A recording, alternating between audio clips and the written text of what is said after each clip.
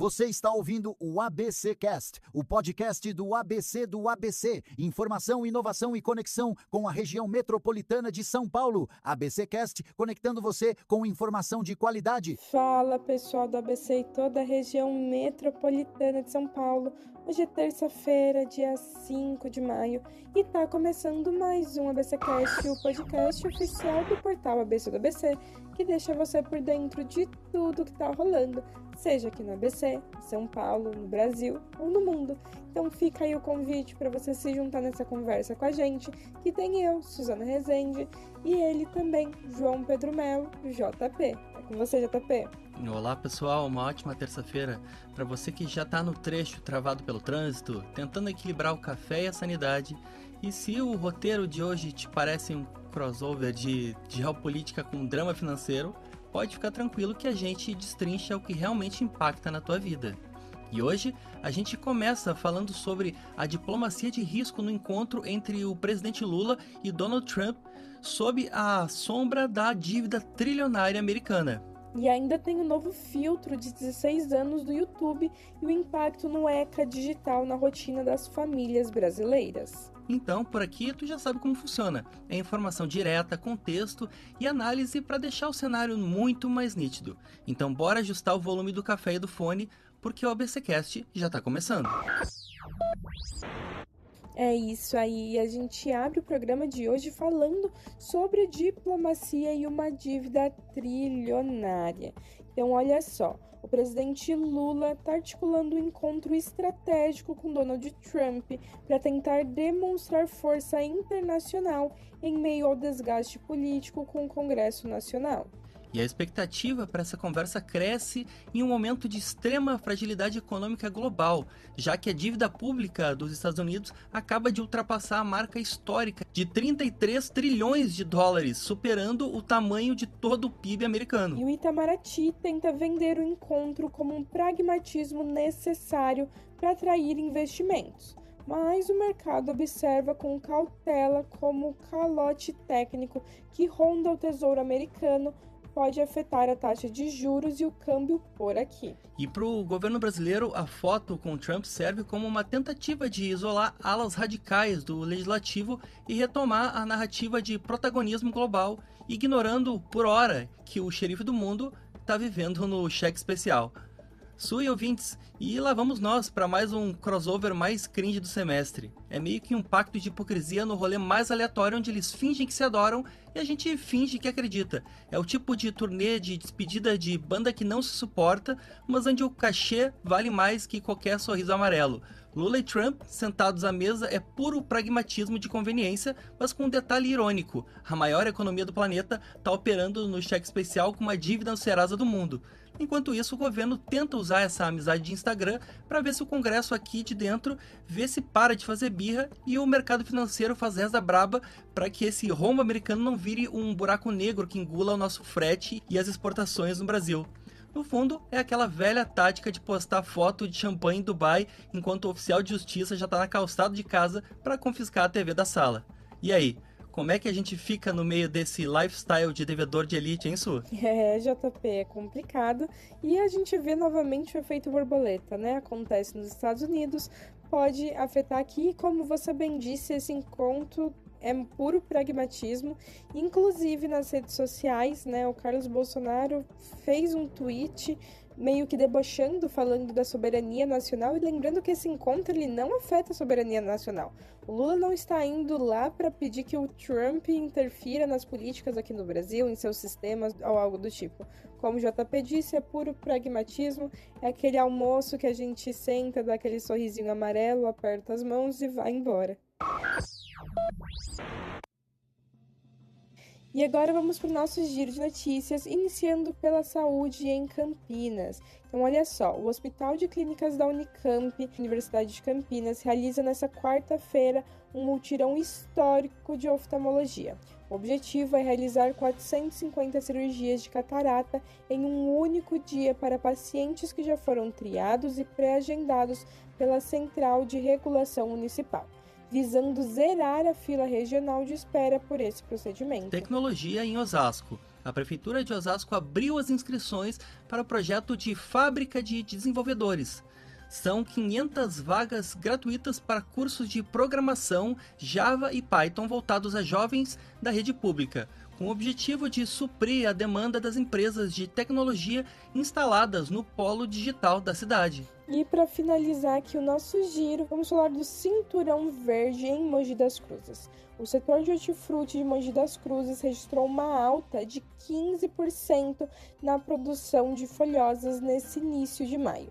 Esse aumento da oferta garante estabilidade de preço nas feiras livres e mercados de toda a região metropolitana, compensando as perdas registradas nos meses anteriores. E assim, a gente encerra o nosso giro de notícias de hoje com mutirão em Campinas, tecnologia em Osasco e a força da produção em Mogi. E se tu quiser acompanhar em detalhes as histórias que a gente contou por aqui, já sabe, basta acessar o nosso site oficial, que é o abcdoabc.com.br. É isso aí. E voltando então para o noticiário, vamos falar sobre o dinheiro esquecido e o Desenrola 2.0. Então, JP ouvinte, ontem a gente deu aquele spoiler, né, sobre o Desenrola 2.0, mas agora o governo federal abriu a caixa de ferramentas para detalhar de que forma os quase 10 bilhões de reais esquecidos em contas bancárias serão integrados ao Desenrola, funcionando como uma garantia real que permite os bancos oferecerem descontos muito mais agressivos. Pois é, Su. A novidade técnica é que o sistema de valores a receber, o SRV, agora é conectado diretamente ao portal do programa. E isso significa que aquele saldo órfão deixa de ser apenas um dinheiro parado e passa a ser o trunfo do devedor na hora de negociar. E assim, reduzindo o risco da operação também para a instituição financeira. Na prática, o processo começa com acesso via conta.gov.br, que ao identificar qualquer valor esquecido, o sistema já calcula o potencial de abatimento no montante total da dívida, permitindo que os juros caiam drasticamente, já que o banco tem a certeza de que parte do pagamento está plenamente assegurada. E a equipe econômica acredita que a medida pode liberar um orçamento doméstico para o consumo imediato, auxiliando na limpeza de nomes nos cadastros de proteção ao credor para o público que antes era ignorado por falta de garantias mínimas. Mas, Basso, olha só, ouvintes, isso é aquele tipo de artefato de arqueologia bancária a serviço do boleto. A gente passou de quem procura acha para quem procura paga a conta de luz. O governo virou aquele parente que te ajuda a achar uma nota de 20 no bolso daquela calça velha, sabe? Mas já estende a mão para te levar direto pro caixa do banco. É uma narrativa genial.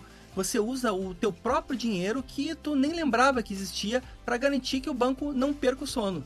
E no fim do dia, a gente continua sendo o Indiana Jones de moeda perdida, enquanto o sistema financeiro leva o tesouro para casa sem fazer nenhum esforço. E no fundo foi um golaço de articulação do governo, mas para destravar a economia, não adianta o dinheiro aparecer se o cidadão não se organizar, porque de nada adianta a gente achar o mapa do tesouro se tu continua gastando como se fosse o dono da arca perdida. É ou não é, Su? Pois é, JP. Como você bem disse, usar esse dinheiro esquecido é um golaço tanto, né? Até porque as pessoas não estavam contando com esse dinheiro e ele vai poder ser usado ali para ficar com o nome limpo. E só reforçando o recado que a gente sempre dá e que a gente deu no episódio anterior, cuidado com as negociações e sites falsos. Então, se você quer ver se você tem valores a receber, se você quer participar do Desenrola, ver se tem alguma proposta para você, vá direto no gov.br. Cuidado com links estranhos de redes sociais, de grupo do Zap e principalmente aqueles alertas de que você precisa fazer tudo para ontem. Cuidado com os golpes. E agora vamos falar do Estatuto da Criança e do Adolescente, o ECA, só que da versão digital e o filtro no YouTube. Então, a gente já tinha comentado esse assunto por aqui, né? Mas agora o Diário Oficial confirmou.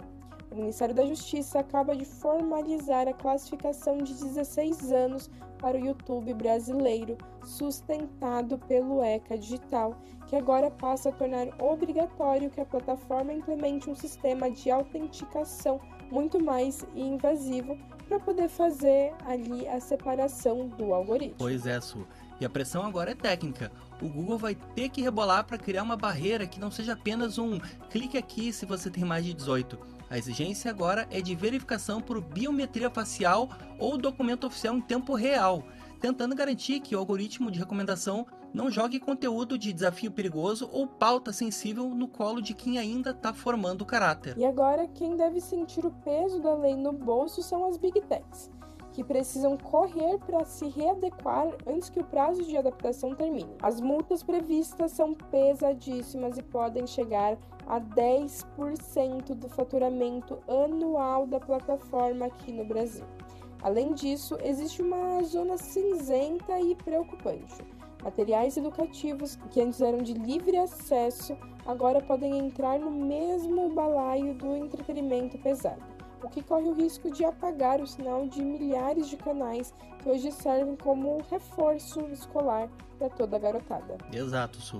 O mercado de creators já está em polvorosa, prevendo um apagão de receita e alcance. E se a plataforma não conseguir segmentar com precisão cirúrgica o que é aula de física e o que é pegadinha de risco, o prejuízo não será apenas financeiro, mas pedagógico, criando uma barreira de acesso que a gente ainda não sabe como o sistema de ensino vai conseguir contornar.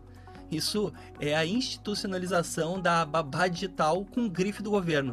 A gente saiu da era do proibido para menores do cinema para a era do RG na mão para assistir vídeo de gatinho. A intenção de proteger é bonitinha no papel, mas na prática parece que o Estado cansou de esperar os pais saírem do próprio Instagram para olhar que o filho está fazendo no tablet e resolveu confiscar o controle remoto da geração alfa. É o Brasil tentando resolver o abismo educacional, proibindo a biblioteca digital enquanto os algoritmos continuam ganhando a guerra de atenção no chip da esperteza. O guri, ou a molecada, não pode ver vídeo, mas o Estado acha que ele vai virar cidadão exemplar só porque o YouTube pediu o CPF dele. É pouco, mas já ajuda. Pois é. E agora vamos pro nosso quadro queridinho Quem Disse Isso? Se você não conhece, calma que eu vou te explicar.